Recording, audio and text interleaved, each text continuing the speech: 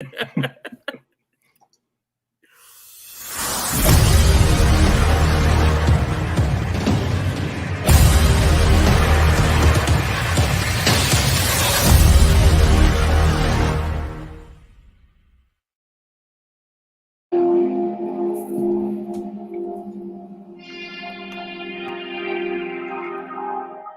a second to kick in. You're blinded by the lights are.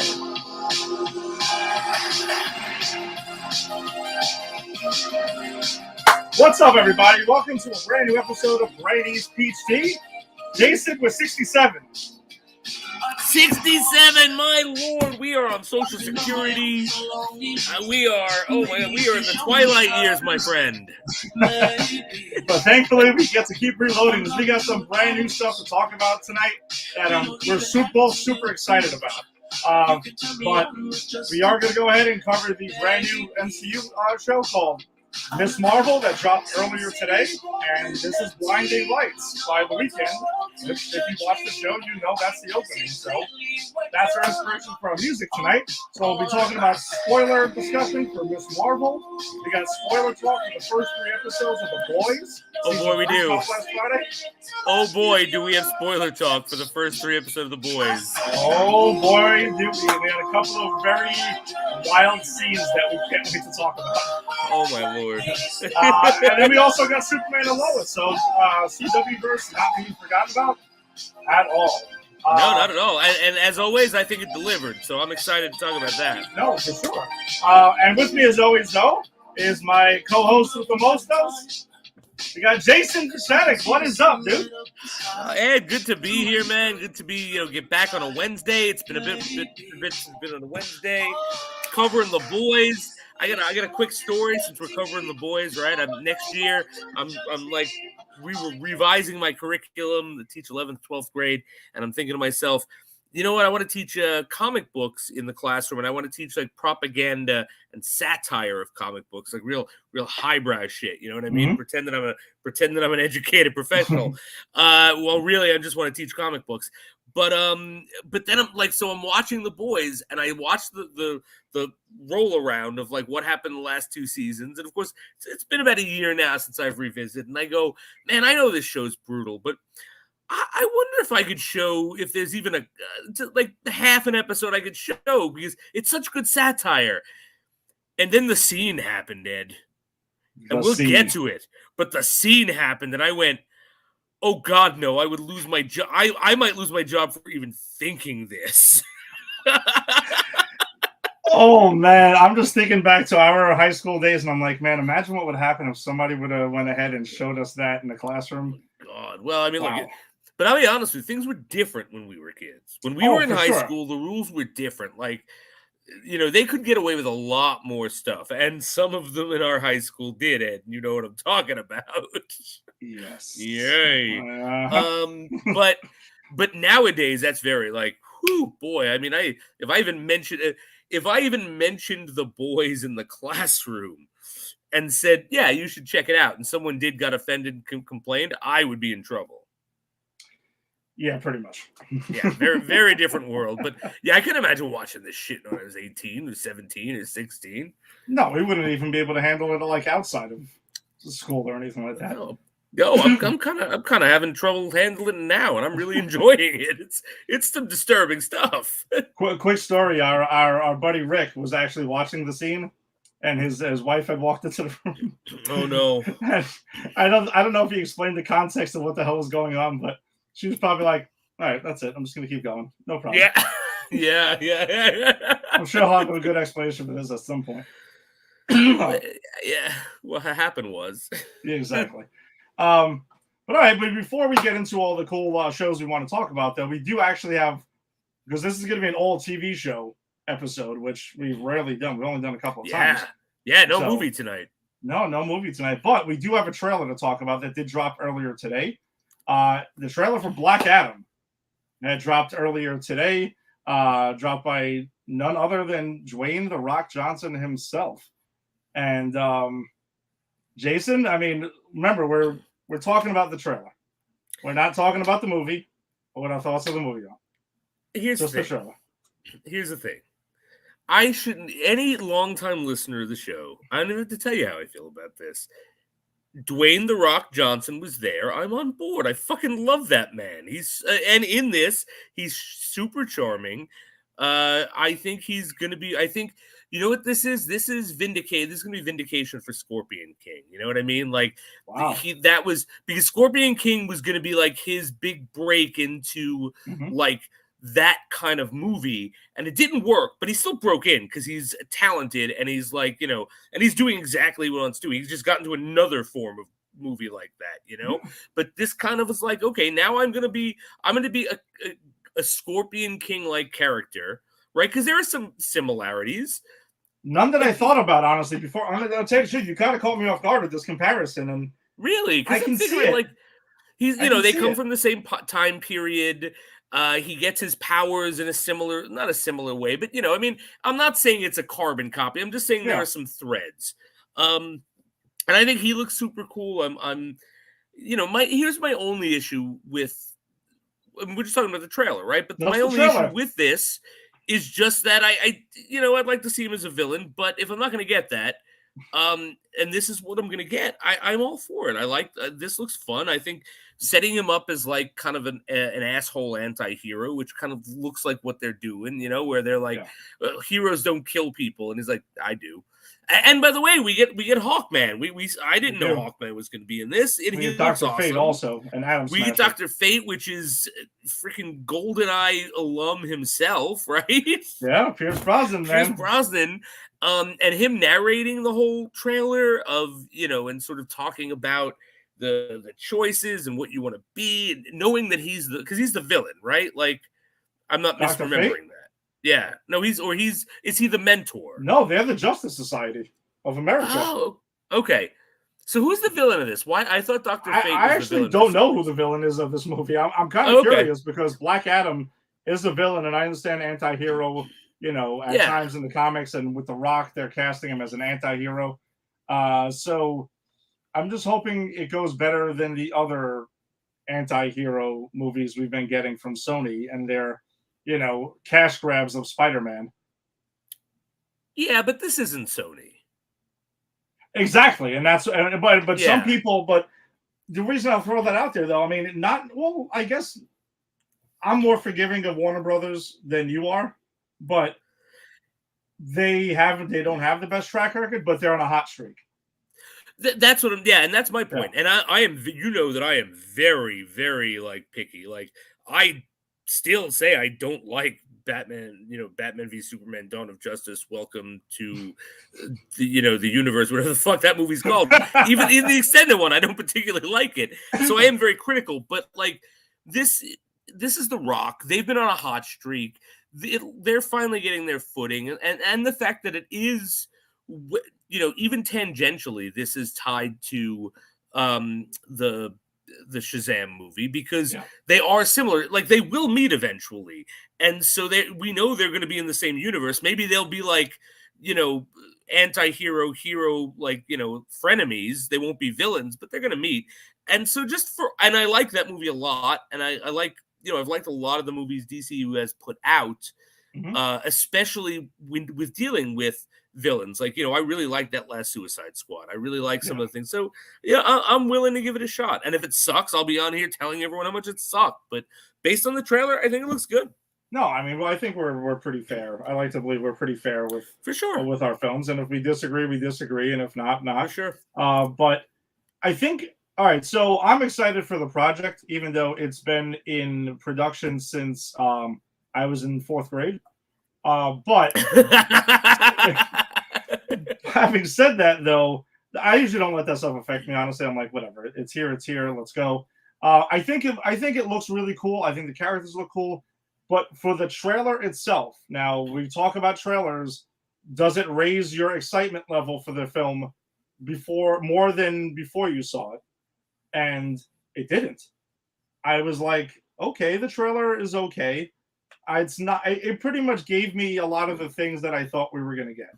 There was nothing that wowed me necessarily, because from the stills that we've been getting of all these shots, pretty much, we've kind of seen. They just kind of showed us the trailer of scenes that we've seen in these still pictures. You see what I'm saying? So like there was nothing really new per se. And I think that's why I have it. That's why because this trailer did actually get me excited to see it. Okay. Because I got to see the Rock in the outfit. I got to see him in the role.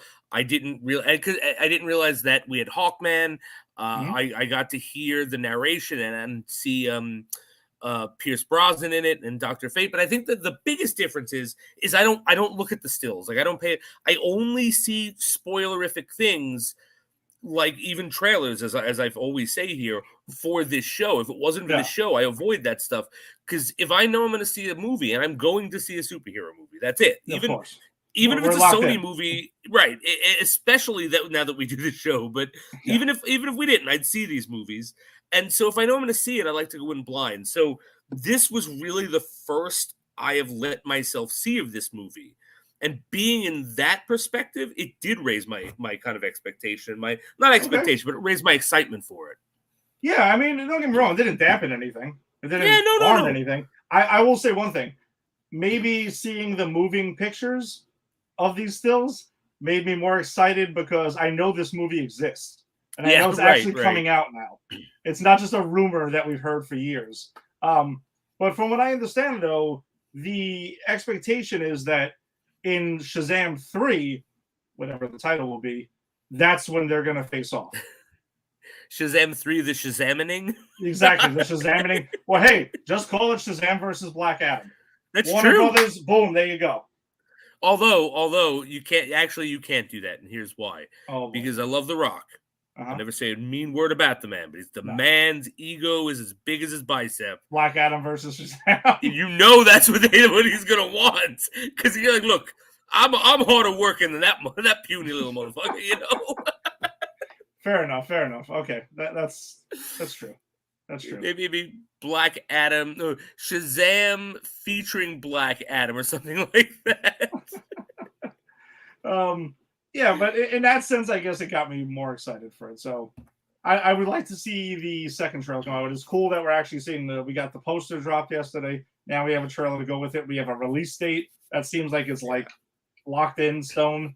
So, let's go. And I know he keeps on saying that the hierarchy of power in the DC universe is about to change, and that's what he keeps on. That's like a tagline for this movie. So I'm curious to see it, man. Like you said, it's The Rock. He's going to bring it. So, cool. Yeah, and I'm glad to see him more in a villainous role. Yeah, me too. I'm glad, and this was confirmed in this for me, is they're not just making him a saccharine good guy. He's probably not gonna be the most nefarious you get of Black Adam in the comics, because Black Adam, from what I understand, can go really dark and evil, but he also does get the anti-hero treatment. It's kind of like Venom, Mm-hmm. And in that aspect, I think, it can work as an anti-hero, but I'm glad that they still seem to be giving him like an edge. Exactly. Don't like make him too much of a like goody two shoes or something like that, because we know he should be fighting Shazam at some point. So exactly. All right, cool. So that gets us on to our TV shows, and we always kick it off with the CW verse when we have it. We got 2 episodes of Superman and Lois to discuss. We got episodes 12 and 13 as they count down to the end of their season. I actually think that there's one more episode after this. That's it? Just one more? I believe so. 1 or 2 more are left. I'm pretty sure it's 1, though, because they're actually off next week. They're on hiatus next week. And then I think that's the end for them. But that's a shame, because I'm really enjoying this ride, man. I really am enjoying this ride. Let's jump into it, because that's something I have to ask you and know that if I'm the only one thinking this. Okay. But let's cover some of the other stuff that we've seen. I'm going to pretty much kind of go over the storylines for the 2 episodes together, because I'm not going to ask myself questions about episode 12 and then I know the answers for 13. Yeah, right.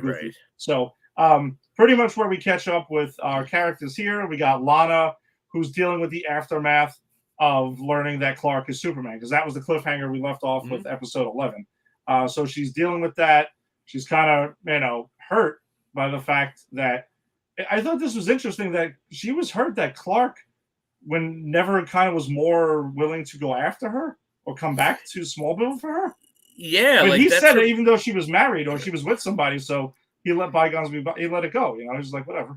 Yeah, which I mean that makes sense, but I get her. I get where she's coming from too, because Hmm. like you find that out, and it's like, well, we were together, we dated, we theoretically have had sex, Yeah, right? I mean, he's a Boy Scout, but even Boy Scouts have super sex, sex. super sex, exactly.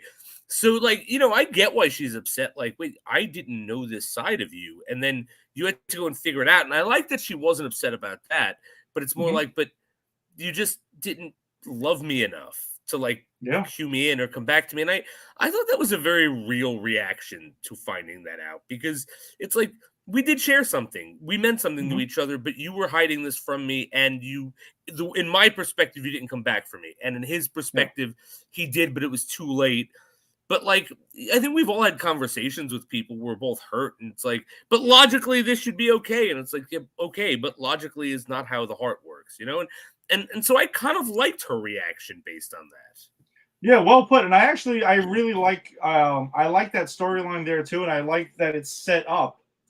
And to me, it's set up in some ways what we see with Jordan Hmm. eventually in it, because he is ironically, getting over the breakup with her daughter Sarah, and then she is going to go ahead and Lana learns their secret. Obviously, she knows the secret, and she's over these 2 episodes. She's dealing with, do I tell Sarah? Do I not tell Sarah? Because obviously and Jordan has to deal with the fact that he now has to kind of like, maybe it's best that he leaves her alone, Yeah, and I and it hurts.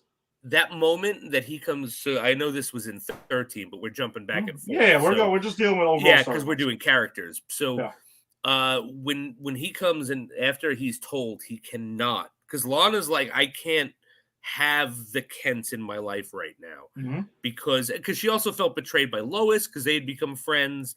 And I think realistically this all seems real to me, and it makes No, sense. it all adds up. Yeah.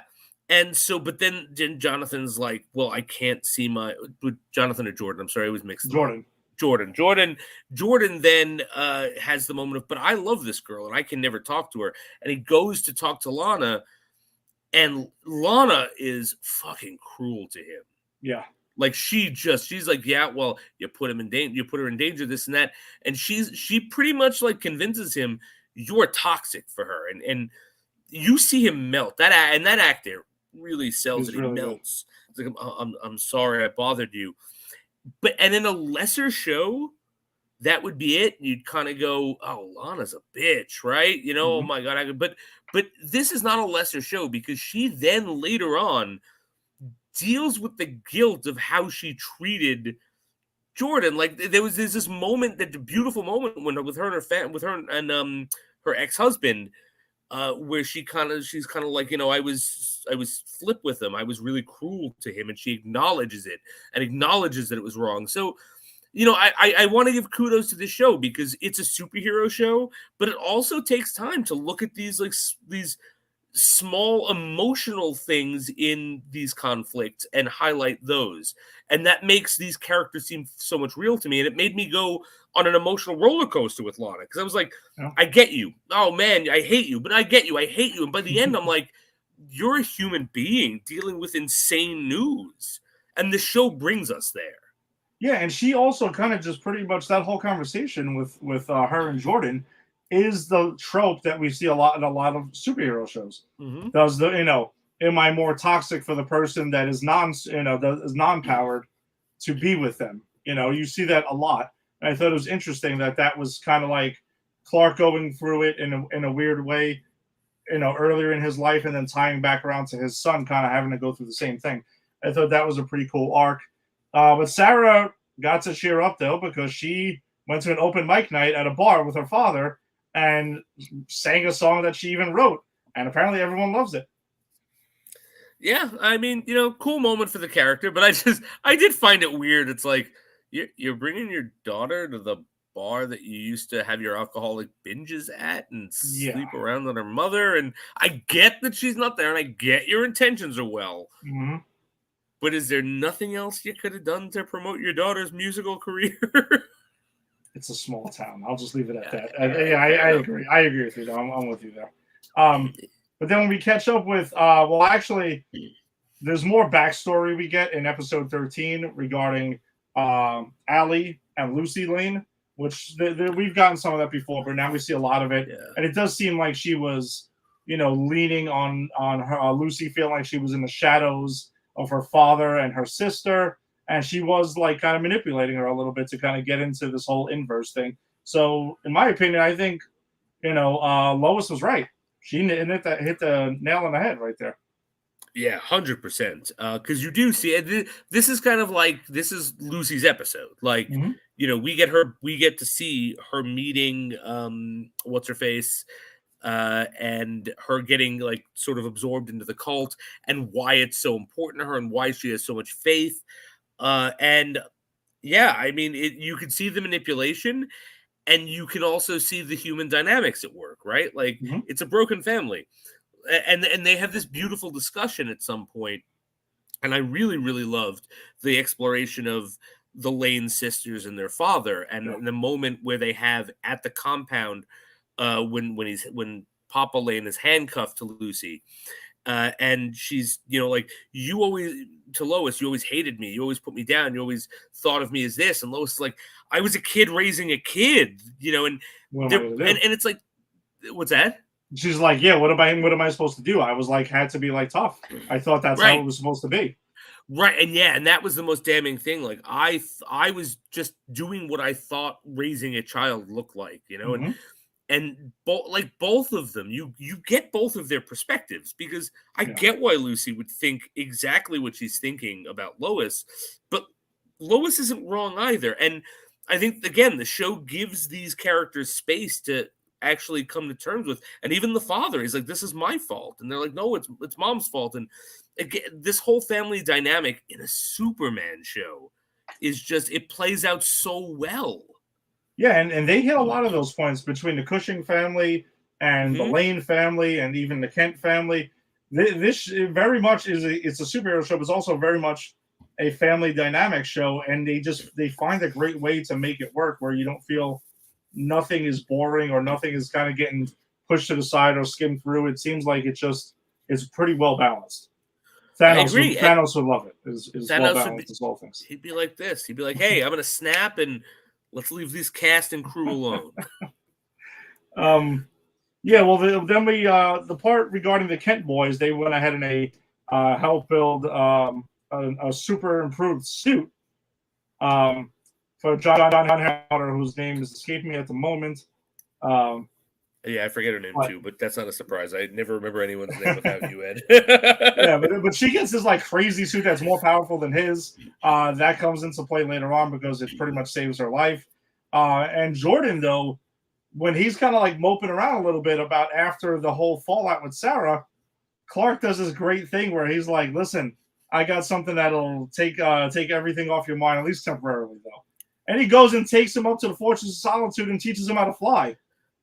Which, such a cool moment. I love, like, when he's like, all right, well, you just jump and you'll fly. And he's like, but you're gonna catch me, right? And Clark doesn't say yes. He goes, No, he doesn't.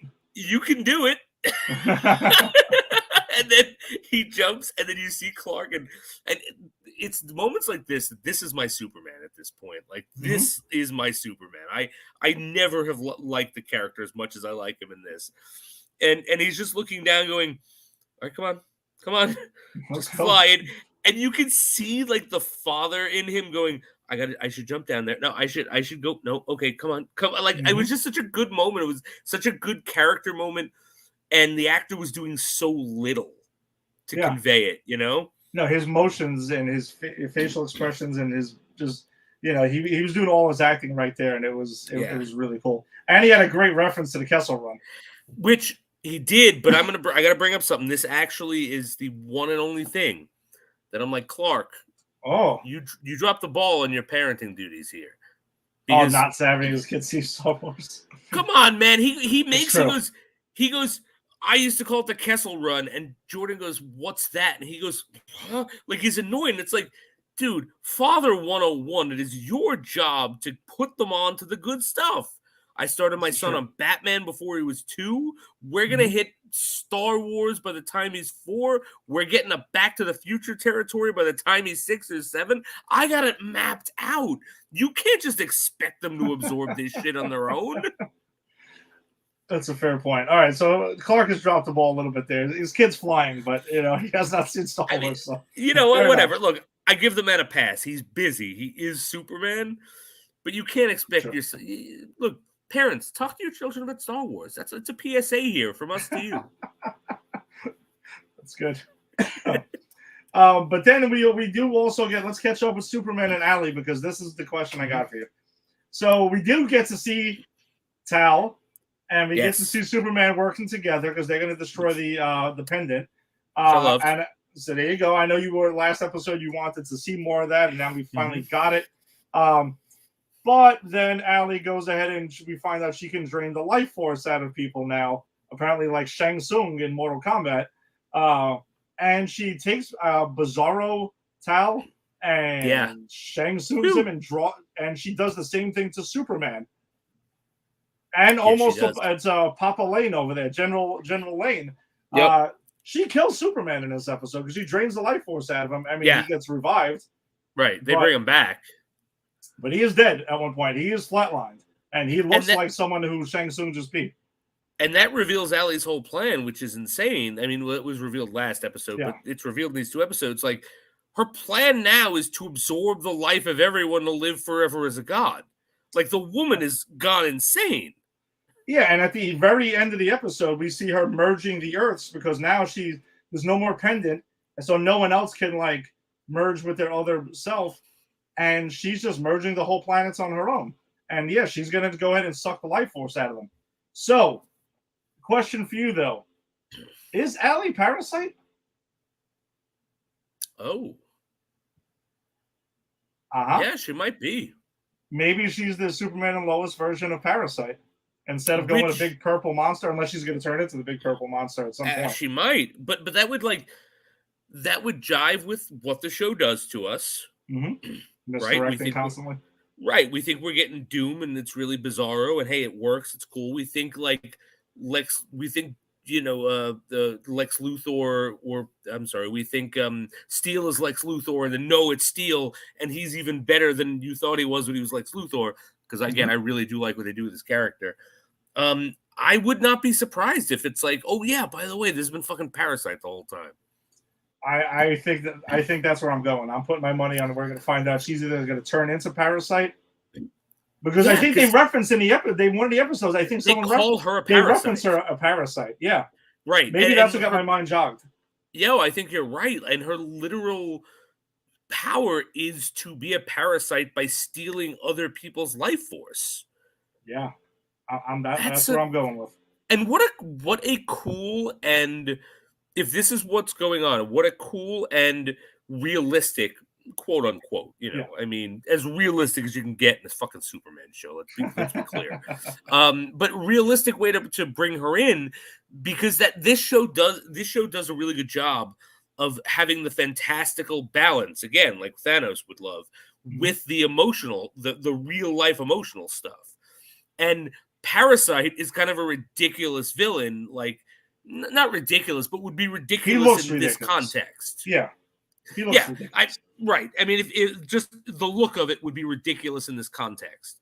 So taking that idea and putting it into a cult leader that you actually built as your big bad, and then all of a sudden that's the reveal, that would be brilliant.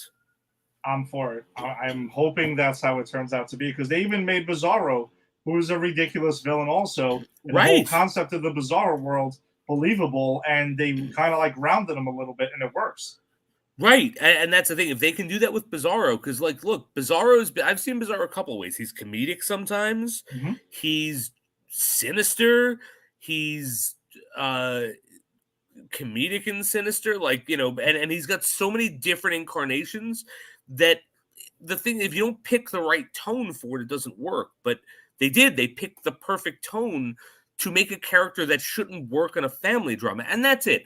They are taking Superman villains that have no place in a family drama and combining and putting them in, making them fit in. Yeah. And I think like what they're doing is really like it's like alchemy. I don't know how they're doing it so well. It's really, really clever, man. It's really clever. So kudos to them, especially if this turns out to be Parasite.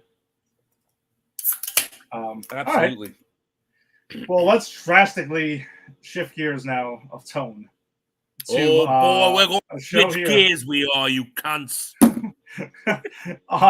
The Boys season 3 episodes 1 through 3, which dropped on Amazon Prime Video last Friday. We are throwing up the spoiler warning now, just in case you have not gotten through all 3 episodes. We are about to speak pretty freely about these episodes because it's honestly, I can't imagine not being able to have a spoiler discussion about this. Oh, look, all I'm going to say is this. If you cunts haven't watched The Boys, you got to get your asses on there, all right? Yeah, don't make us do a spoiler warning, all right? Don't make us come for you, all right? We're The Boys. That's don't be a bloody wanker. All right, don't be a bloody wanker. Thank you. All right, so yeah, we're gonna kind of do what we do with Superman and Lois. We're just gonna speak about general storylines over the 3 episodes because we're not gonna be able to like deep dive into everything, but we're gonna try to hit on every point. I do want to though start with the first scene that we have in episode 1 of season 3. Not that scene though, Jason. No, I know, but okay. I'm talking about Dawn of the Seven. Oh yeah, no, actually, Chef's Kiss. That's awesome. Yes, so. It opens up with a whole thing. It's a movie, and as you know, it's pretty much Vought making Dawn of the Seven. Now, this whole thing, besides the movie itself, and they show the premiere because they're at the premiere of Dawn of the Seven. It hits so many of our world and superhero tropes in our little bubble that we have. Really it's insane. It really does, and to see it. In the midst, I was having a discussion with a friend of the show, Walter, who has read The Boys. So he's he's going to be on soon for like one of Thor Ragnarok in a couple weeks, which you and I told you that I was trying to get him on. So we'll have him talk about the Boys too. But I asked him, I was like, "Is the satire as good in the comic book?" And he went, "No." And the reason why is because when the comic book was written, superhero culture wasn't as prevalent, but living in the eye of the storm of the superhero craze, which is I think where we are, you know, I mean, it's not going to last. We have a podcast about it. Look, it's not going to last forever. It'll go away eventually. Everything does. But being in the eye of the storm of it, seeing this send up of that movie, I'm like, this is the MCU. This is an MCU grade movie if the actors were actually superheroes and they were all evil. Like that's how spot on the satire is. And it really does work because it is satirizing everything this podcast is about. Exactly, and we're loving it because we're talking about the show itself. Exactly. So the Dawn of the Seven that they do is kind of like they end up taking Stormfront and they have to have an ad because remember, this is in the real world of it. They're making movies about it. And they get Charlize Theron to play Stormfront because Stormfront at the end of season 2 got completely mutilated and destroyed. So that's where so they have Charlize Theron play that and she's fighting the Seven. And it kind of seems like it's a satire of Batman versus Superman and Justice League and Avengers all at the same time. Absolutely. It's hilarious for that. And then when we get to the premiere, though, you see them talking to the director of the Dawn of the Seven, and he's like, thank you for everyone. Hashtag the whatever his name is cut. Obviously, released the Snyder cut. Right. For. And he's like, we were going to dump it on Vought Plus, HBO Max, but then we decided to go ahead and put it in the theater. So I thought that whole thing was absolutely priceless. And then even when we see him in the stall in the men's bathroom having sex with the publicist over there, she's saying things to him like, this person had to shoot your movie and finish your movie. Obviously talking about Joss Whedon and all that. I thought that shit was absolutely priceless. Oh, it was so brilliant. And what a great commentary. Like, look, love the Snyder Cut or hate it. Love Snyder, I hate it. Whatever, it doesn't matter, right? It was a great commentary on that whole release the Snyder Cut like movement. And it's just it's funny. It's just funny. Like, and look, I think Zack Snyder's probably a lovely guy in real life, Uh-huh. and nothing like this. But it's hysterical to see this play out. Of You know, course, you got to be able to laugh at yourself. I mean, come on now, it's fun. absolutely, Um, absolutely. so we'll get into Homelander's things. I want to start with him, but we Yeah, gotta actually, talk about Termite first. before we talk about Termite, because I do want to just mention one more thing, because we were talking Mm-hmm. about the satirical qualities of this. Oh yes, yes. I don't remember which episode it was in, because I watched all three of these back to back to back, and I'm stupid. I didn't take notes. So they kind of bleed in. But Mm-hmm. when they go to Vought World, Yes, no, I got it. We're gonna get to that. You know, the okay, Vault we're gonna get to World, that. Okay, so then Queen I'm Maeve's just gonna Land of Inclusion. put that pin in fucking Vault World, because I think that was the moment that I went, this show is brilliant satire. Like, I've always thought it was really good satire, but this is transcendently brilliant. Jason, screw it. Let's just go with it. Come on. So the beginning of episode 2, Frenchie and they call her Kimiko? the girl, Kimiko. Yeah, Kimiko, yeah. who's also the girl she's referred to in the comics, Yeah. the girl and the boys. So they go to chase down Crimson Countess, who is the Scarlet Witch satire there too. Right. Just like Payback is the Avengers. Yeah. You're getting them back. Yeah. That whole thing is great. And Soldier Boy's Captain America in this. Soldier right? Boy's like, Captain America, and then obviously the jokes with the sidekick of Gunpowder, who's supposed to be like Bucky. And, yeah. It's pretty spot on. Brilliant. And Termite is Ant-Man. You know, obviously, then the seven are pretty much the Justice League. Like, but fuck y'all. Scott Lang doesn't do the shit Termite does. I'm just saying. No, but we will get into the satire in a minute, because that's also part of the superhero culture. Because you remember, what was everyone saying that Thanos was going to happen to Thanos? I even said that myself as a joke, but I said it. I'm complicit in this. Just slightly differently than we imagined it. Only and all right, you know what? Because we've already jumped around for me, I'm going to save what I was going to say when we get to that scene. All right, we'll talk about Termite in a second, but so the Land of Inclusion is there, and it's Queen Maeve's Land of Inclusion, because Vought is pushing her to be, you know, she's out now and everything. The LGBTQ icon. Exactly. So that's it. And knowing this show, you release it in the beginning of Pride Month. They know what they're doing. Yep. They're just like, screw it, we're going to go for all the jokes, and, you know, hopefully have a good sense of humor about it. But these stands that they have in there, the woke walk, and BLM, BLTs. Right, yeah. It's really funny. It's like, because again, it's Disney, man. It's Disney. Yeah. Look, Disney owns this show. Disney doesn't own this. No, Disney doesn't own this. No, I'm saying Disney owns our show. Oh, yes, yeah. And it doesn't own it yet, but they will eventually own every media on the internet. So by that, eventually they will own Pop Culture Pros and our show. But having said that, they are so like desperate to like go, hey, we are woke and careful. Just please give us your money while we give you shit. What do the people want, Reginald? Well, well, Jonathan, they want the gays, you know, and that's kind of what Vaughtland felt like. Is like these corporations clumsily trying to like court like different demographics. Yeah, they just get to appease anyone and everyone who would give them $1. So they're like, listen, fine, whatever. And then we'll jump to the other side also, and we'll do that too, you know, and we'll, exactly. You know, whatever you guys want, we're all good about it. Doesn't matter. We got your money. That's all we cared about. That's it. The money's still green on both sides of the aisle. Doesn't matter. Yep. All right, so let's talk about Termite. All right. So, in the beginning of episode 1, after the Dawn of the Seven thing, we catch up with Butcher, who is, you know, if you remember at the end of last season, we're going to try to do this whole taking down Soups thing with the legitimate way, and under the government's eye, and you know, technically we find out Vaught's eye. Of course. Which I think we knew at the end of second season, right? Like we knew, what's her name, Victoria, right? She was a soup. Yeah, we knew that. Yeah, I actually wrote names down this time, Ed. Nice. Names down. I know I'm evolving. It's only taken me a year and a half. But yeah, no, but we knew Victoria was the head popper at the end of the last season. So like we knew Vought was involved, but like we didn't know to the extent that they were involved. Yeah, we find out they're extremely involved.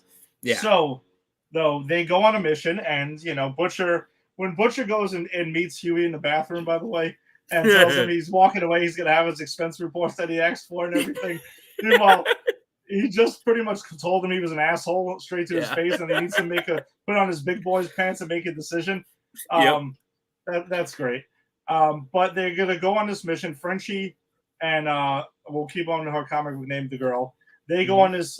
They find out that this guy Termite, the suit that they're gonna find, who's kind of like Ant-Man, but like not with a suit. He just kind of has a superpower where he grows to different sizes.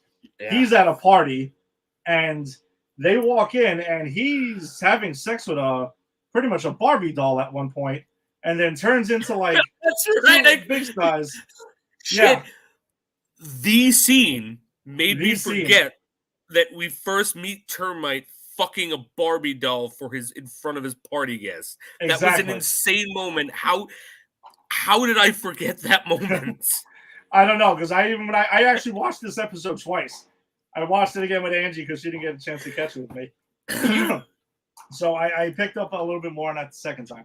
So then he goes to a room and he's doing coke, and it seems like a lot of these heroes do coke and stuff behind closed doors. I mean, which I believe. I think superheroes, if they were real, would absolutely do coke. And that's what the show, that's the premise here. 100%. So he's there, and apparently he's there with his boyfriend, and they're kissing and stuff, and he tells him, "Hey, I want you inside me." So we're like, all right, we're going to have a gay sex scene. And that's not why we're reacting to the scene at all. Because no, I don't care. Look. Who cares? But he takes it to a level that I think everyone was kind of like and just blown away by. And now here's where I want to stop you for a second, because when he turns around with his bare ass, right, and he says, "I want you inside of me." Now I know it's not just going to be, anal sex, right? Because it's the boys. It's the fucking boys, all right? The guy's Termite. He gets to shrink down. It's going to have to do with shrinking down. I'm not stupid here, all right? I know the tropes in the genre. But my first thought was, is he going to go up his butt? That's what it goes back to the Thanos thing, right? Because we all thought he was going up Thanos' butt. And I think the show was playing on that, right? Of course they wanted us to think that. And then he just puts it on the fucking table of coke. Termite shrinks down, and you see him enter the penis hole. Yes, which makes me uncomfortable now describing it. Oh, I love it. That's great. Jason, there hasn't been many times I've seen you uncomfortable on this show or any of the podcasts that we've done. I think we finally got there. You have.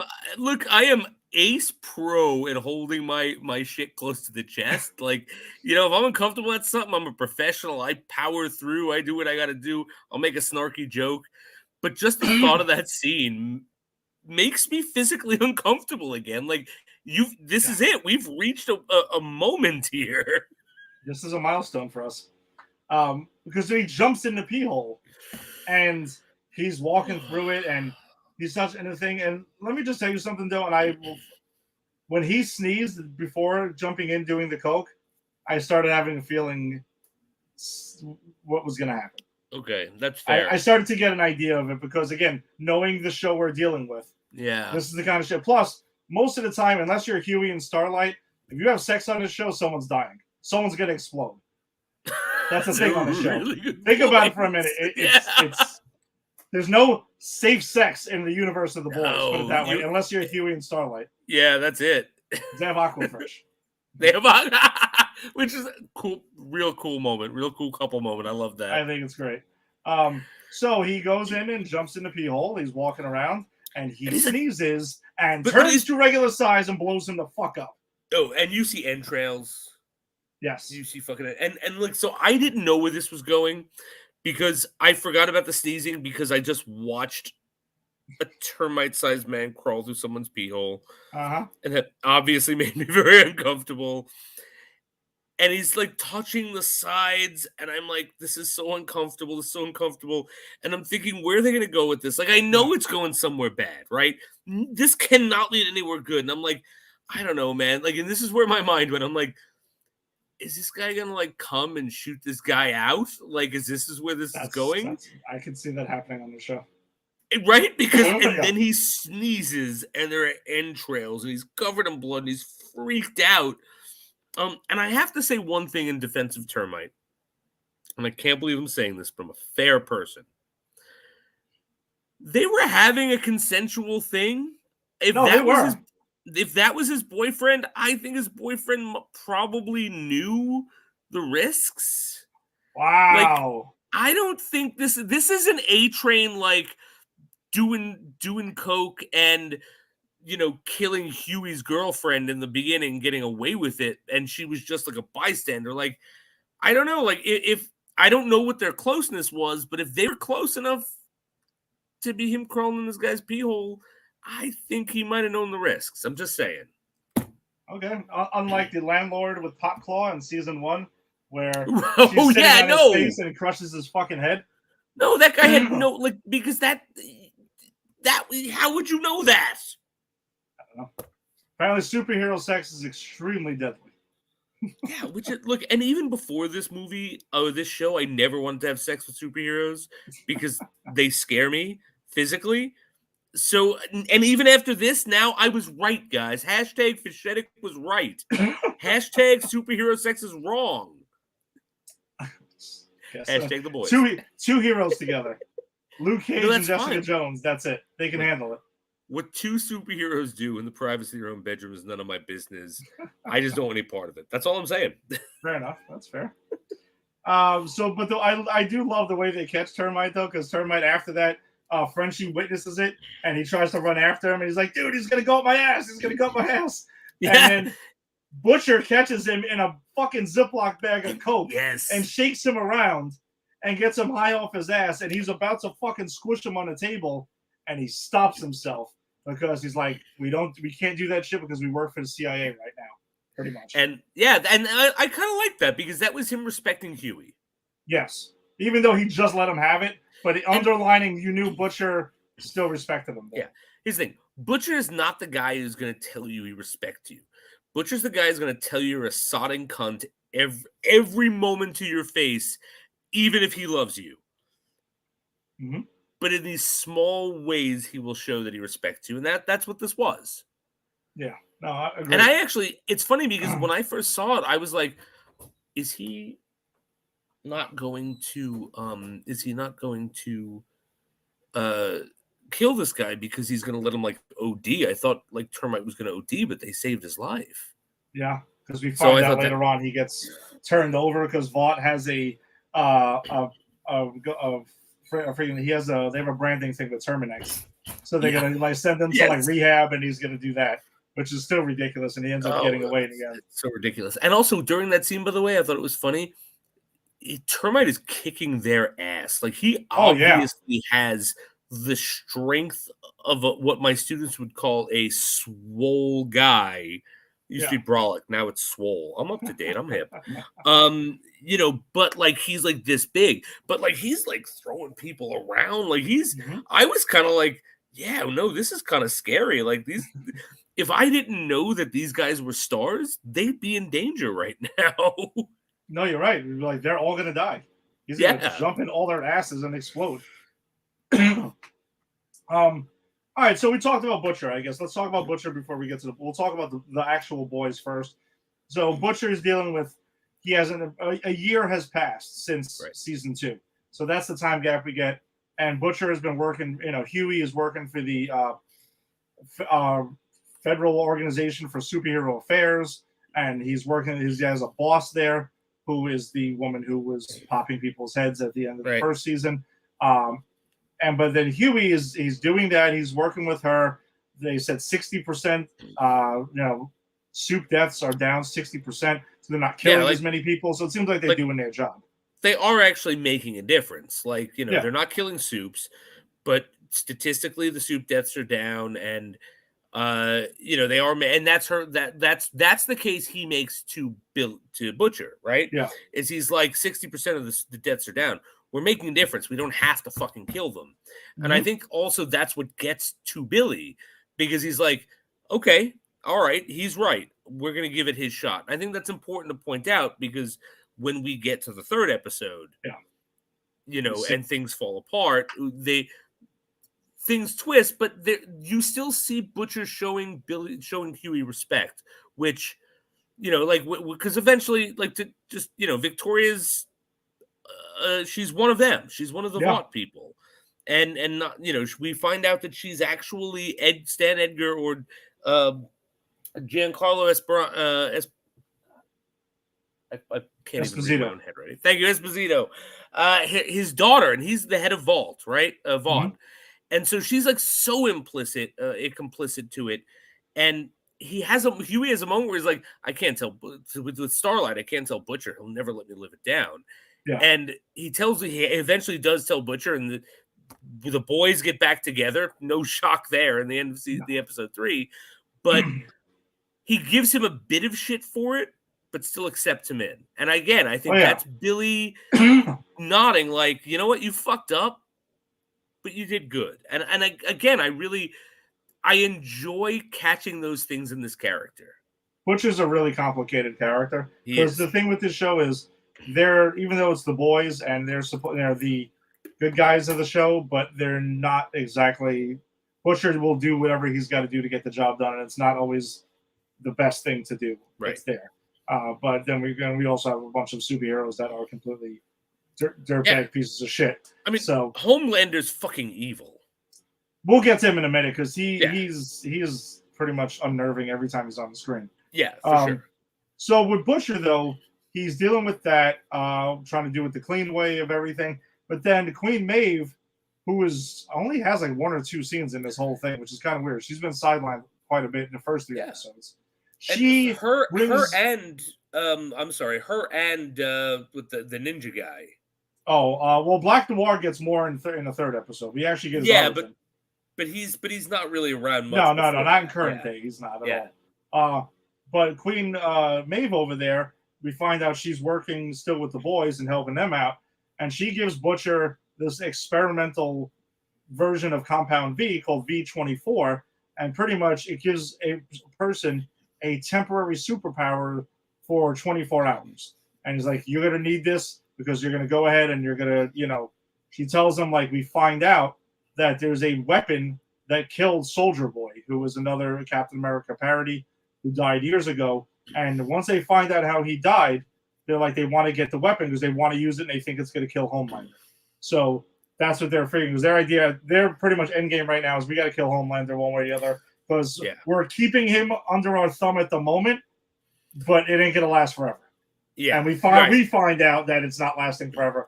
But it doesn't last for it. Doesn't spoilers. It doesn't last past the first 3 episodes. It's done pretty quickly. So that's what's going on there. What I thought was really interesting too, regarding the Vought part of the V24, is when when Stan Edgar has the conversation with the congressman, and he's like, "Listen, we want to get out of superhero business. Period. Yep. Fuck these guys. We made them too much. We put them on too high of a pedestal. This is to pretty much give a soldier 24-hour superpowers. And they're not stupid. They want to sell it to the government and probably sell it to everyone around the world, every government, and have them keep on buying and buying and buying. And that's how they're going to fund everything forever."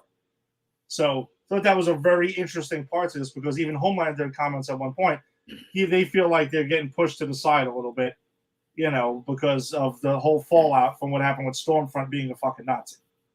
Right, absolutely. And I think that goes hand in hand with what Edgar's doing with Victoria, and why, like, superhero deaths, incidents are down. It's because, like, they want out of this business. They're trying to phase it out. So, like, he was using her, and we find out that's his daughter. I don't know if we revealed that, but that's his daughter. Yeah. And he's using his daughter pretty much the figurehead in the government to leverage what he wants to do, because I think his plan was to use her in the government to get the permanent superheroes eventually a status where they couldn't operate while selling this thing to the government and being able to go, I wash my hands of those guys, but here's some of these things to give your soldiers to take them down.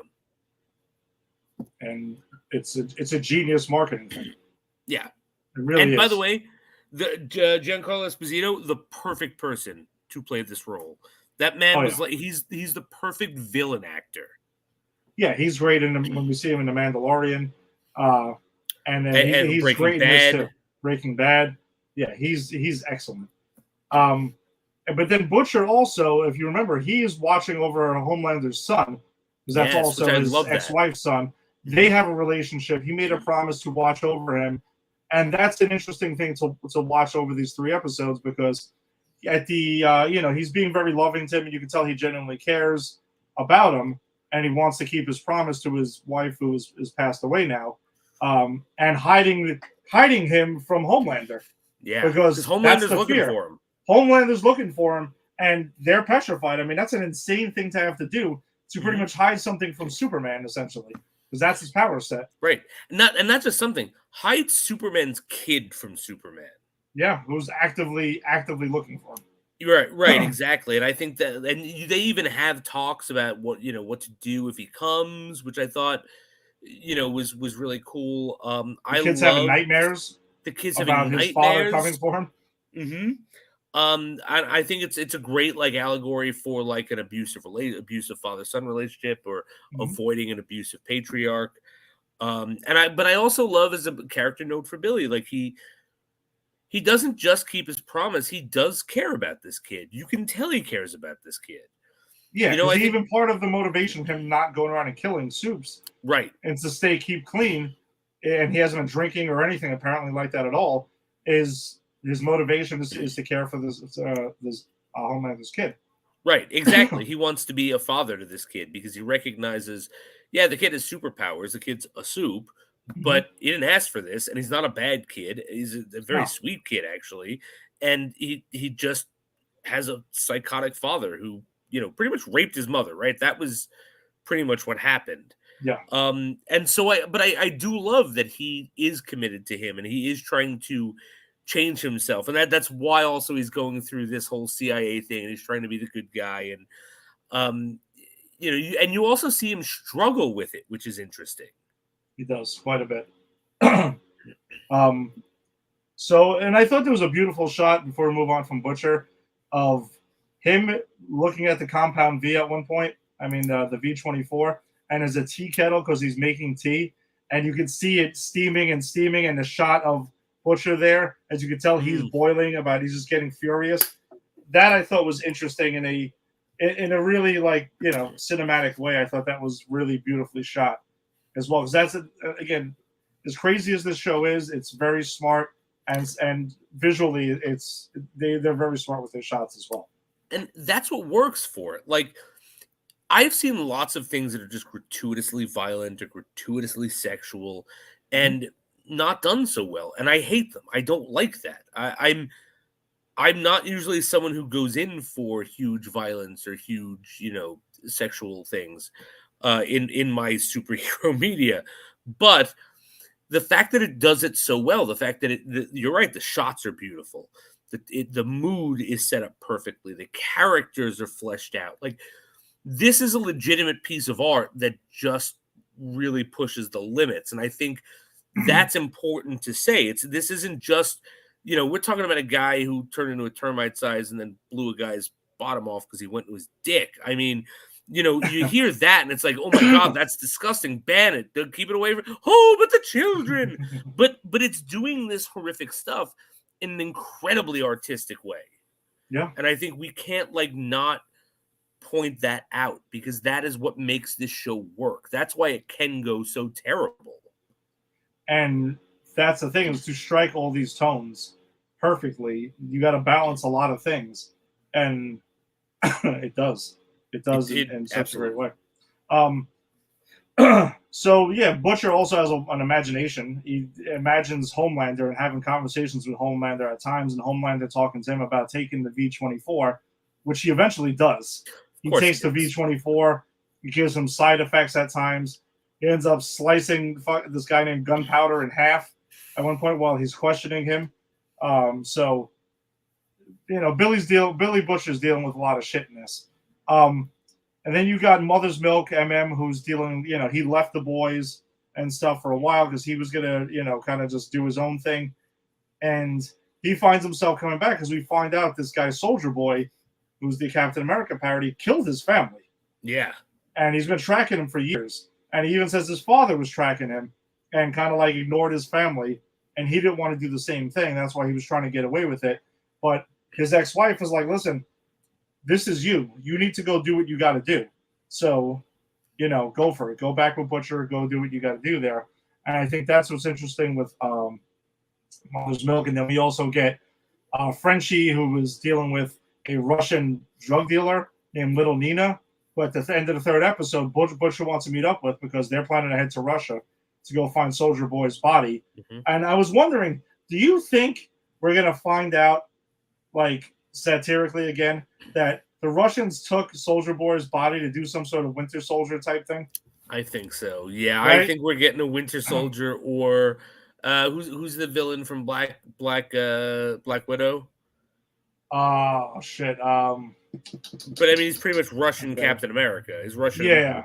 Captain Russia. Red Guardian. Red Guardian. So I think it's either a Winter Soldier or a Red Guardian type of parody, or maybe a combination of the two. Yeah, I wouldn't be shocked to find out. Like that's what we find out they're doing with Soldier Boy, and it's weird. Yeah, and Huey, pretty much the last guy in the boys there to catch up with. Huey is doing what he's got to do. He's with Starlight. They're apparently using Aquafresh when they decide to have sex at any point. That was actually that's a sweet couple moment where like they wake up and he's like, "Hey, I brought some Aquafresh. You want to brush your teeth and stay in bed all day?" I was like, "Yeah, let's do it." It's like, oh yeah, I remember what it was like to just be dating someone before you're married. They look like they're having fun and stuff, but their relationship gets super complicated, and we'll get to a little bit more of that eventually when we talk about the boys. I want to save that for the end. So there's a back and forth with Homelander, and then Huey finds out his boss is the senator, is going ahead and is a soup and is connected with Vought, and he's pretty much been a soup sidekick, as he says, for the last year or so, and he's got to go back with Butcher, and he's like, I can't do it the clean way. We're going to have to get dirty, just as dirty as they are, and that's that. So he's kind of on the run, and he also has the girl break his arm voluntarily, just so his boss can't go ahead and detect that he's lying about being sick or something. Brutal scene. Yeah, that was a brutal scene. But I do really like, though, that this setup really shows, for me, Huey's character, because he's very divided, and he always has been. Billy hates soups, doesn't matter. Don't fucking matter who it is, we're gonna kill a cunts, right? Yeah.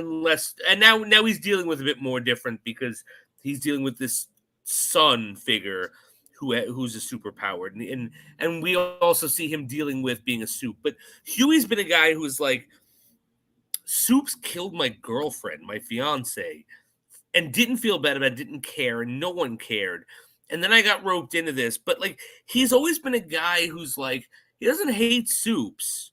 He hates people. He hates evil people. He hates people who misuse their powers. And that's exemplified by the fact that he is in love with Starlight. Yeah. And the fact that he's got in a relationship with her, which, it goes up and down in these 3 episodes. Those crazy kids will work it out.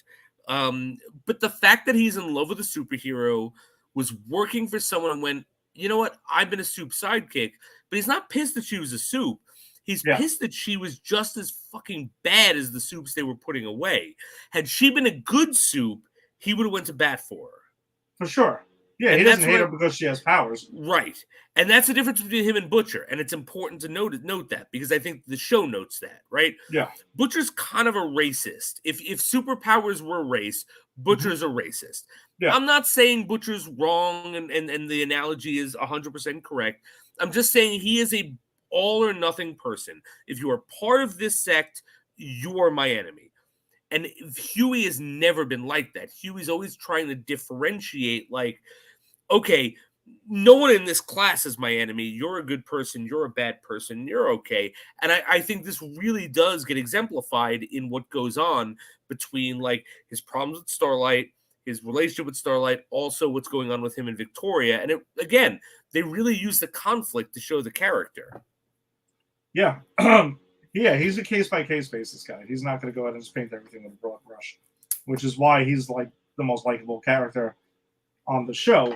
Yeah. You know, part of that, even though you love some of the characters, but for different reasons. But he's the most likable one. I'd say him and Starlight. But let's I guess let's get to Homelander. So Homelander is dealing with the fallout from his reputation because they find everyone finds out he was dating a Nazi, pretty much. Yep. And his numbers, his approval ratings down, everything like that. Boss And getting that's a lot of shit for it. That's what the Dawn of the Seven is. It's just a propaganda film to show Homelander hates Nazis. Yeah. And the dialogue in that scene, by the way, that Dawn of the Seven scene is hilarious. How over the top, like German she's trying to be, and all right. That. It's so ridiculous. But Homelander's dealing with that. He gets, Edgar Stan goes ahead and names Starlight co-captain of the Seven, so that's a blow to his ego again. He's getting pushed to the side. You could tell in a lot of shots there, and he's going around to different interviews and explaining like, oh, I'm just, I'm not perfect. I went ahead and I didn't know anything about it because everyone keeps asking the same question. How the hell did you not know she was a Nazi? And you can tell he is like that teapot that I talked about with 100%. Every scene, he's like losing his mind. He is chomping at he is scraping at the door to go ahead and and to just explode. Like that's just where he is. Yeah.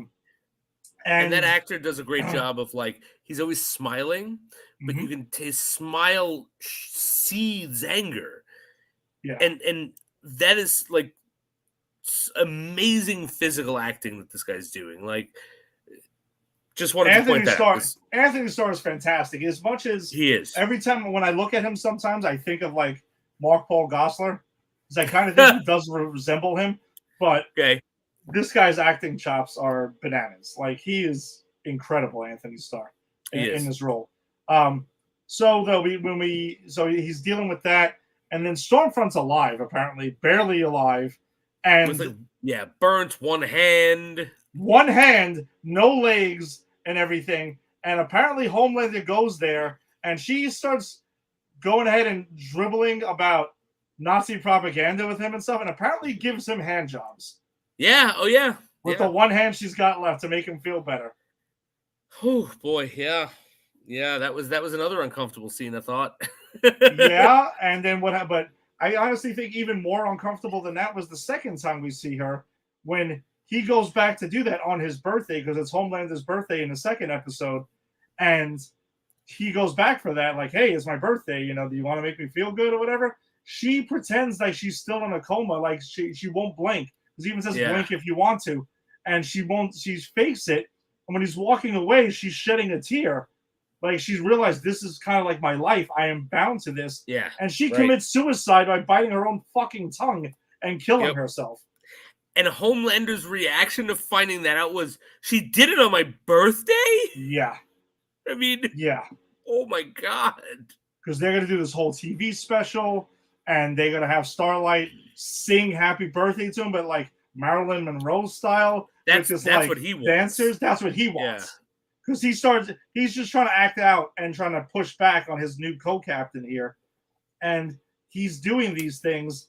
And eventually, though, at the end of the second episode, he goes ahead and he snaps finally in front of the camera and gives this whole speech and lets it all out, from what he's been there. And then in the beginning of episode 3, though, we find out that he's there watching his speech completely naked, and he keeps rewinding and stuff. So who the hell knows what was even going on further than that? Oh, no, we know he was masturbating to his own speech. I was trying to push that out of my head, but you're right. He definitely was. And we watched a termite-sized person crawl into a man's pee hole. Why are we mincing words? What could be worse than that? Oh, wait. Look, let me put it another way. He was just simply masturbating to himself while giving a speech. It's no big deal. We've seen worse. Fair enough. Completely fair enough. Yeah, I definitely think Homelander was whacking it to his speech. Absolutely. And then his publicist, whose name escapes me, she comes in to tell him his numbers are up. His approval rating is up. And she's like looking down, and he apparently has an erection from hearing this. And he's like, oh, it has nothing to do with you. Don't worry about it. Keep telling me about the approval numbers. Like, yeah. how much do you have to be into yourself to hear this stuff and to be this type of person? Homelander is Patrick Bateman as a superhero. That's what I just realized. I like that. That's good. That's good. That's really good, actually. And I love that when he actually does like fucking just tell it like it is, people start to like it. They do. His approval ratings go through. The public seems to like it. It starts to go back up to the point where he gets more leverage, where he so there's this whole thing too about where they're doing who's going to be the next superhero. It's like a superhero American Idol. American Hero, yeah. American Hero, that's it. And like one person who gets picked is Starlight's old, like her first boyfriend from back when they were in Supersonic, from back when they were in like Christian camp doing like Christian superhero shit. Mm-hmm. But like the other two people on the block, it's like a black woman and a Muslim woman, right? Yeah. And fucking Homelander's like, yeah. Oh, now I got the clout. It's none of them. Yeah. And it's like but you see, and we'll find out who he puts up. No, go ahead. Go with it. He says it's none of them. It's the fucking Deep. Yeah. The Deep, who, if you remember, got kicked off of the team because he pretty much, as Starlight puts it, mouth raped her. Like he forced her to give him a blowjob in like the first episode, which got him kicked off. And she was like, she challenges Homelander, and Homelander's like, my numbers are back up. Can't do anything. I'm untouchable again. Yeah, that scene, that's what I want to get into. That scene when Homelander, because pretty much they've had the video of the flight that we see in the second season hanging over Homelander's head. That's why he's not doing anything. And then once he realizes this, he has this whole conversation with Starlight face to face. And he's like, listen, release it. I don't care. Guess what? His quote is, I want to be loved. But to be feared, I'll take that as a 1A. No problem. And he says, what I'll do to be feared, I'll go ahead and I'll burn down the White House. I'll destroy this. I'll destroy your hometown. I'll destroy New York City just for fun. Like, he just totally feels fucking invincible now. And now, this might be the completely most dangerous Homelander you've ever seen. Oh, absolutely. This is empowered Homelander. This is, look, you're going to love me, you're going to fear me, but fuck you, I win. And the thing is, he's powerful enough to do that. Yeah, he is. And that's the scary part. He can do it. So the other things that we find out, I guess let's talk about the Deep before we touch on the part with Payback in here. As much as I hate what the Deep did to Starlight with the whole like forced blowjob thing, it's disgusting. I can't, I'm not going to accept it. But we got to admit he's the saddest character who has superpowers on this show. A-Train's pretty pathetic too, but here's the thing: the Deep is the most pathetic though. He's genuinely a pathetic person. That's it. Because look, A-Train, yes, is very pathetic, but A-Train is not Homelander's making me eat a friend of mine pathetic, and we get that with the Deep. Homelander makes him eat a living squid who he knows, who is begging for its life to him because he can understand it, and praying as he swallows it live because Homelander says you have to do it to be back on the team. Like, A-Train is not that pathetic. You're right. And we find out something about A-Train that's also ridiculous. But regarding the Deep, though, yeah. And also, by the way, how about the Deep having sex with his girlfriend or wife, whoever she is to him, with a fish tank behind him, and talking and looking at the fish that's there. That whole thing. Did it remind you? You were a Simpsons fan, right? Here and there. I can't say I've seen like every Okay, episode and stuff. so this the like early Simpsons is a character Troy McClure who's played by Phil Hartman, and Uh there's an episode where and he's like huh. he is the go-to for like old washed up actor. He's like their joke actor, like in every like piece of crap movie that they do to parody. And so it comes out he's actually in an episode in real time, and he marries Selma, which is Marge's sister, and the whole thing is he's got a fish fetish. Oh wow. And so like he's only sexually aroused by interactions with fish. And that's what this reminded me of, where Deep was having sex with a woman while talking, looking at his fish and talking to his fish. Like this is Yeah. they do bizarre stuff with this guy. They do, and that's the thing. They keep driving him like Yeah. just like town. But he ends up getting back on the 7 at the end of episode 3, like officially. But then we don't Officially. officially. A-Train's thing in this, we don't get a lot of A-Train, but pretty much he's being fat shamed by Homelander at one point for having a milkshake. He can't run anymore, which we heard about in the last season, and he's kind of seeing himself as useless. He goes back to his brother. He even tries rebranding himself to kind of be like more like embracing African roots and everything like that. Oh, that was so pathetic. And everyone completely shits on him for it. Even his Yeah. brother, his brother's wife, and everything. Everyone completely kills him for it. And they actually, his brother tells him, he kind of shows him a video of a guy named Blue Hawk, who's like this white superhero who goes out and curb stomps some guy, and he wants him to speak up about racial injustice, and he's kind of like shying away from it, like, I'm Michael Jordan. I'm meaning like I can't talk about controversial stuff. Right. Yeah. I'm not MLK or anything like that. Which, by the way, before we get off Homelander completely, he compares himself to MLK at one point. Yes, he does. Yes, he does. Just to keep driving how crazy Homelander is. He's a madman. That's it. He's a madman. I'm afraid of him, and he's a fictional character. I know he can't hurt me, Ed, but the fact that someone thought of this man scares me. It is. And then I guess the brief part we get with Payback, because we get to see them. They're an Avengers parody in Nicaragua in the 80s, where we're led to believe that, they go ahead and actually now Black Noir was with them, and we see him with a mask off, and he's talking, and he kind of, he's told to keep the mask on because he wouldn't be accepted by part of the public by Vought, and then we see he gets a horrific accident and is reaching for his mask then because then he wants to put it back on. And that's why he doesn't speak or anything like that in current days. So we get a little bit of background on him, which I thought was interesting.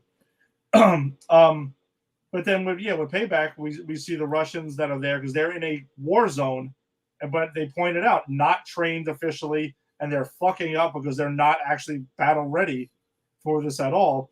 And that's where we don't see Soldier Boy die. So there's going to be more to it. I'm curious to see what happens with his body. Yeah, he's definitely not dead. 100% he's not dead. He's not dead, or they did some Winter Soldier shit to him. Right, exactly. Whatever it is, the actor playing Soldier Boy will be there as some form of Soldier Boy at some point in this show. Exactly. And then I guess to wrap this up, these 3 episodes, Starlight is hosting this. We mentioned the show called American Hero, where there's contestants and stuff. So we mentioned that she wants to choose the Muslim superhero because she feels like looks at her life-saving statistics and stuff like that. But they want to go with Supersonic, and there's another member. So she was going to choose 2 of them. And then that's when Homelander's like, no, we're going to bring the Deep back, and I'm going to do this just to freaking, to keep pricking you with this. And even further than that, though, because Huey has a conversation with her and says, you got to kind of have to, like, pretend that, you have to cover for us. So you got to act like everything's good with them. And then we get Homelight at the end of this episode, which was nauseating to see. Yeah. So, because in front of the camera, they're like, Homelander grabs her and was like, we're in love and everything like that. We should let everyone know, #Homelight. And she actually goes ahead and kisses Homelander, I think, to kind of sell the thing more, because she's probably so enraged that she knows she's going to crack. And you see her hand behind her, like making a fist, like she wants to like explode. Her. And that's pretty much where we leave off. So pretty wild start to it. It's very wild, and I want to point out too. It's not just Homelander's not just fucking with her. Homelander does say like, "Oh, we know he's a racist." Like we Yes. and like hates everyone, honestly, as himself, but also a huge racist. But he says, it'll over my dead something of the over my dead body. Those two are going to be on a black girl and a Muslim woman, you know, exactly. He says that too, and I think that really hits to the fact that that is how he thinks, and then by the end of this, he's polling the numbers just for being himself, just for what was the phrase they used, telling it like it is. Yeah, some shit like that, right? And I think the fact that he's doing that with these racist ideology, it really hits home. Not Starlight. What's her name? What Stormfront says in the second season of, it's not that you don't agree with my ideology, you just don't like the word Nazi. Pretty much. You know, right. And I think that's Homelander. Right Homelander, she is right about that. And I think, we talked about this being a satire. This is not just a satire on comic books. This has become a satire on America. Oh, it has commentary on everything. Absolutely. Everything. Anything and everything. For sure. So, all right. So I just thought that was interesting to point out. Yeah, no, you're that's well said. Very well said. All right, so we'll see where the boys goes next week, because they'll be getting back to the 1 episode a week thing. So we'll be talking about episode 4 next week. But we do have another streaming show that did drop on Disney Plus earlier today. Ms.Marvel, episode 1. I guess my overall thoughts before we jump into it. Yeah, there she is. There she is, my Ms.Marvel action figure. Kamala Khan. I have this way before this thing dropped. And she actually came with different hands. I have the stretchy hands on her, but she has normal hands too. So, dude, I actually adored this episode. I like the character Kamala Khan. The character's so endearing. I think the visual style of the way it's shot and the way that the choices they make to use like with text messages on the background and stuff like that, and the little cartoon things that pop up. It was so unique, and it was really awesome. I agree. I felt like watching it. They took the sort of tone of the Spider-Man like credits. Homecoming, right? Homecoming credits, right? Yeah. And then they actually incorporated into the actual episode, and the narrative. And I was with you. I loved watching like the different fluorescent like signs saying the emoji and the text and this. I thought that worked.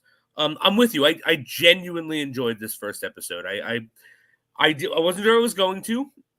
I mean, I like this character, but I know they changed her origin and they changed her powers, and I was afraid they might have changed her too much, but but no, they didn't. I thought this was really, really charming.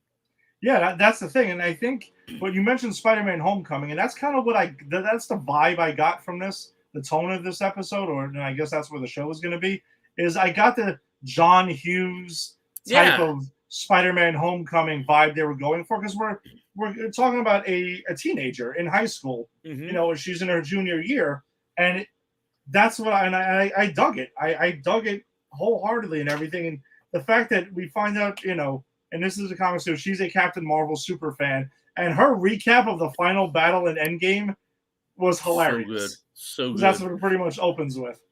And her take on everything is funny. It is. Like, she's just a funny character. Like, because you set up with her drawing, like, this is how it went. And Captain Marvel came, and and of course that's the Avengers were scared and stuff, and they were getting their asses kicking. So Captain Marvel showed up and punched Thanos. Right, punched Thanos. Oh, and it's like, it was this comedic way, and it's obviously, it sets up that this is a girl who lives in a world where she sees her slant on things, or she wants to see her slant on things. And we see this play out so many times in the episode, especially when, this is my favorite part of the episode, when she's drawing out the plan, how they're going to go to the very first Avenger Con. Yes. And it's like, I'm going to wear the perfect costume. And it's like literally the costume. It looks like an awesome costume. Yeah, exactly. Right. And then I'm going to get out the window, and she like vaults out. She flies out the window and vaults and like lands on her feet and does a superhero pose. And we're gonna take our bikes and then we're gonna on the bus and our costume's gonna be cooler than everyone on the bus. And he's like, wait a minute, we're gonna land on the bus? Yeah, just stick with me. Like, she's so wrapped up in the fantasy, and then when you see how the reality plays out, and that was it's just so cool. Like, I love seeing things through this character's eyes, because this is what a teenager, like, no, again, it's not a teenager, this is a fictionalized teenager. This feels real to me as a teenager. Yeah, think back to when you were a teenager. You probably thought everything was going to work out like this, and it was going to be over the top and like crazy and stuff like that. I had a plan for everything, and it would always work. Exactly. And her recap, though, because we find out she's doing a podcast as well regarding of her Captain Marvel fandom and everything, and she gets her information, by the way, from Scott Lang interviews and podcasts, which I thought was a hilarious detail. So funny. And did you catch actually my favorite little like throwaway Easter egg in this was when she's doing her podcast and she goes, join us next week where I prove Thor is an actual gamer. Yes. And I was like, wow. Like, he is a gamer. She knows.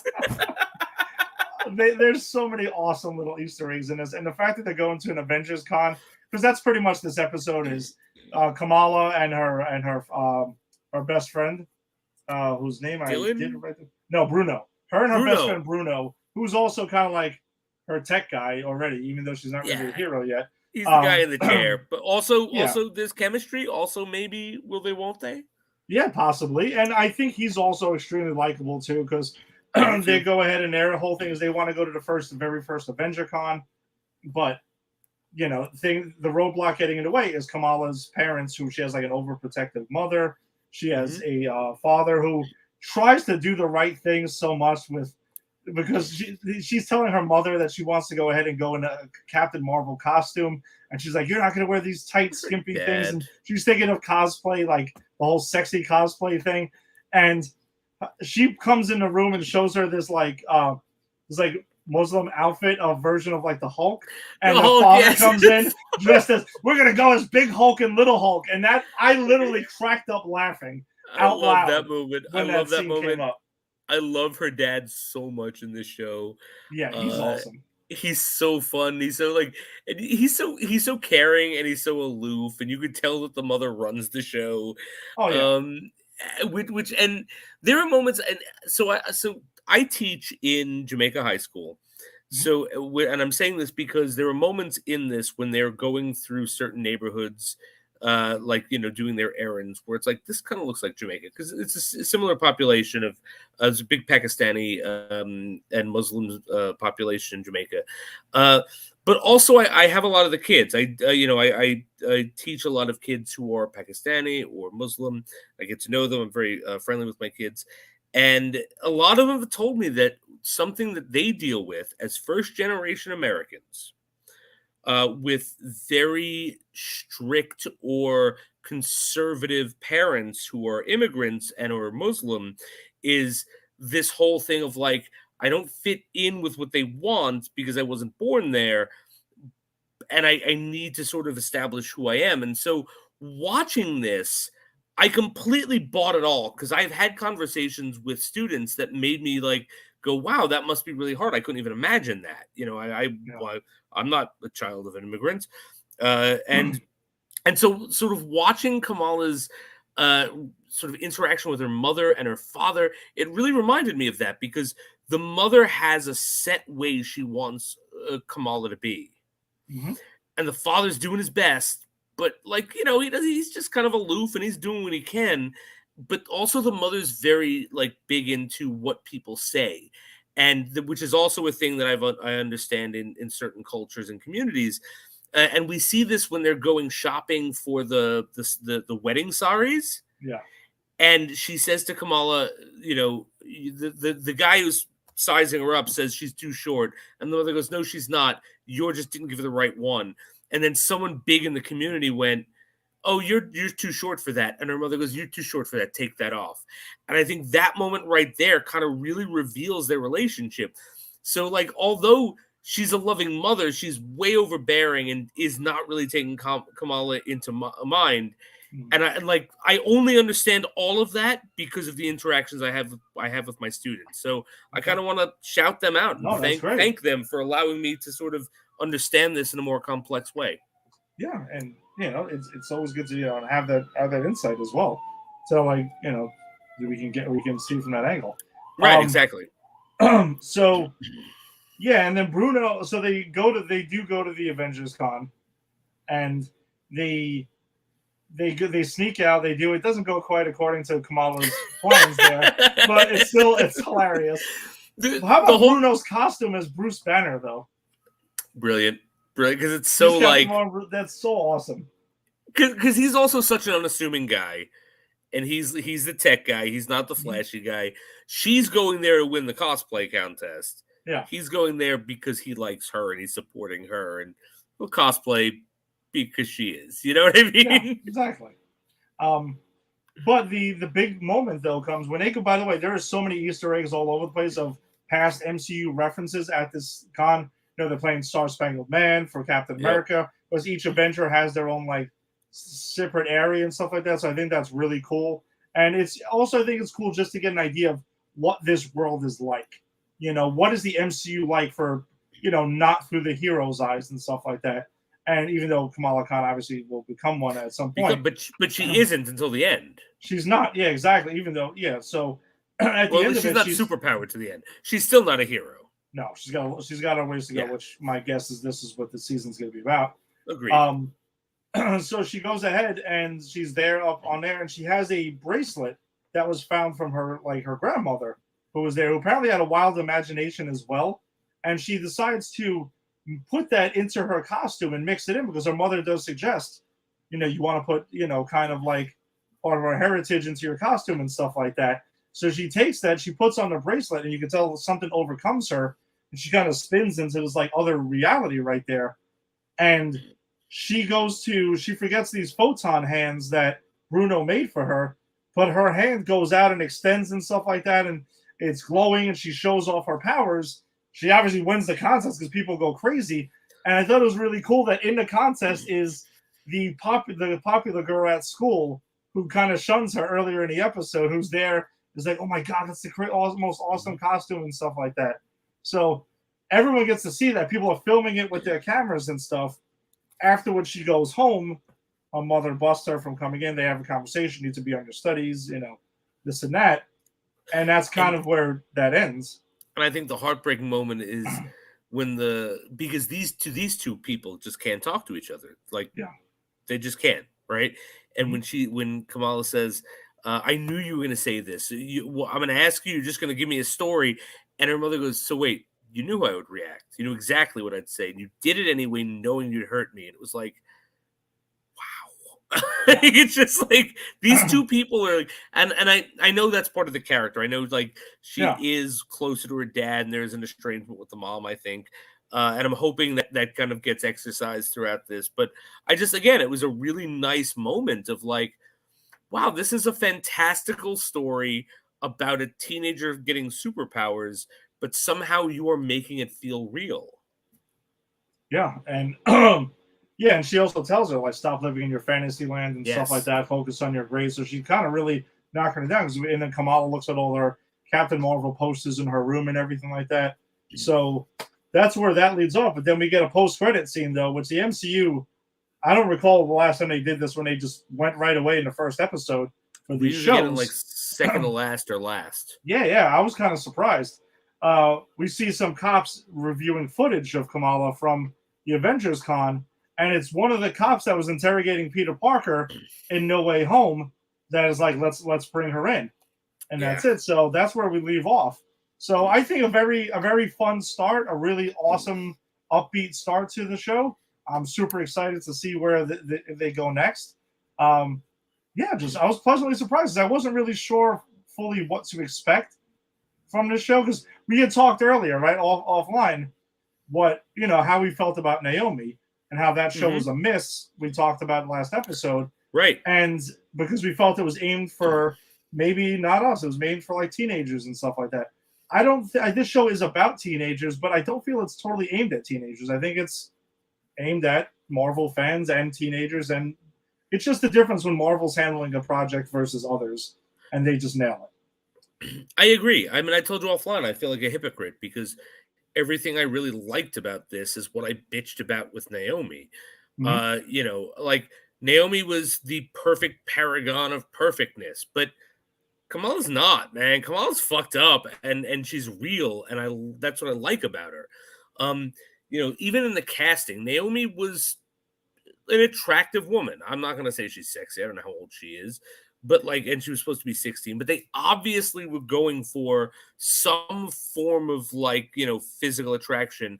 But with Kamala, they just make her look like a normal person. Like I don't know if the actress is attractive or not because I've never seen her outside of this. But I was watching this going, wow, you're letting her not be perfect. This is awesome. This feels real, and I think that's the difference. And then also in this, we get one friend who's super charming and super likable. Yeah. In the other, there's the Scooby Gang. Kamala's parents, completely flawed. Like, the father is a complete pushover who means well, but that's not really good with parenting to be a complete pushover. And the mother is incredibly domineering and wrapped up in what the hierarchy of the culture that they have built based on their culture, in Jersey City, which is also not good. Whereas Naomi's parents were perfect until they weren't. You know what I mean? So, I think I think you said it perfectly offline. This show is what Naomi wanted to be and meant to be. It just wasn't. Yeah, that's exactly what I think we'll agree on. That's kind of what we thought they were going for. And I'm excited to see what now the show that it was intended to be is going to look like. And in the hands of Kevin Feige and, and the writers and directors of the show, they're off to a great start. So. They are. And the fact is, we're raving about this. She doesn't get her powers until 10 minutes before it's over. Yeah, if that. Maybe even less. Maybe even less. We literally watch 40-something minutes of just an ambitious weirdo high school student and her friends / maybe will be boyfriend and her overbearing parents. And I was fine with that. I was not going, all right, where's the fucking origin? Where are the powers? I was involved in these characters. Yeah, me too. It literally had a smile on my face while I was watching the entire episode. Me too. Seriously. It was just a feel-good episode. So, all right. So I think that pretty much wraps it up for us on this episode of Granny's Peach Tea. Thanks for joining us. If you joined us on the Facebook live stream, or you're catching us there, if you're catching us, or if you are catching us on Facebook, join the Granny's Peach Tea Facebook group. Why not? Check out the other conversations that we have on a daily basis, articles that don't make the show, trailers, everything else. Join in on the daily fun. We are brought to you by Pop Culture Pros, though. So if you're catching us on YouTube, hit subscribe and like Pop Culture Pros. You're on Twitter, follow Pop Culture Pros. Instagram, do the Instagram thing and follow or whatever it is, Pop Culture Pros. Subscribe. And podcast, subscribe also, wherever you're finding your podcast. We'll be back next week. We'll be talking about episode 2 of Ms.Marvel. We'll be talking about episode 4 of The Boys. Oh, get ready, you cunts! Sorry, I will never ever episode of The Flash. I'll never have an opportunity to use that word. I never use that word. I can only use it with Billy Butcher's voice. So I'm sorry, but I will be taking advantage of that because I will never use it after this. Fair. And we'll be continuing our rewatch through the Thor movies. We'll be talking about Thor: The Dark World next week. I promise we will get around to it next week. We just had a lot of content this week. So I know you're all chomping at the bit for Thor: The Dark World. Scraping at the door, some might say. That'll be our term for chomping at the bit on this episode because we can't That's have right. I love it. You're all scraping at the door for Thor: The Dark World. But yeah, there's other cool stuff on Pop Culture Pros. If you're into James Bond and you want to hear some talk about some of the Bond franchise, you can check out Jason and Ginny, and the special guest of the week, apparently, whoever decides to pop in. Jason, what are you guys talking about? Whenever we can get people, we get people. Ed, what we're talking about here is a good view to a kill, which is what we're doing. We're doing View to a Kill. We missed last Monday because I had the audacity to get married 7 years ago on that date. and so I had my anniversary, so we skipped it. But Ginny and I will be back. We'll be doing a little A View to a Kill, which is the final Roger Moore installation. And then after that, we're going to be talking Roger Moore. And yeah, I don't know if I think it's just gonna be Ginny and I riding solo. I don't think we have anyone like slated for coming on. Let's look. Although I always say I welcome any Pop Culture Pros member who wants to come on. I believe in the community here, so if anyone wants to come on for A View to a Kill, just email me. We're all connected, and we'll set it up. But yeah, join us on Monday. All right, so we got that going down. If you're into wrestling, you can check out Tim and Eric on the Just Too Sweet show. They're on usually Tuesday nights. If you want more of Tim and Eric, you can check out A to Z on Friday nights, and they cover everything from alpaca to zebra. Nice. Thank you. I appreciate that. I work very hard on these. If you want some more Tim, can't get enough of Tim, check out Shooting the Sith on Thursday night, where he'll be going over the latest episode of Obi-Wan Kenobi. So Rick was his guest, and Ashley from Skyline Reviews was on last week with Tim. So who knows when Pop Culture Pros is going to pop up on Shooting the Sith. So you can check that out. Check out Ashley's show, Skyline Reviews. You're into Disneyland, and her and Gabby usually go ahead and talk about everything Disneyland related. We might even ask Ashley if she wants to pop on. We cover some Disney shows ourselves, so why not? We do. And Ashley, I'm telling you, I have had an A to Z that is Disney related in my back pocket. I've been saving for the moment you come on this show, or Double O Deep Dive, whichever, because I do this gag on both.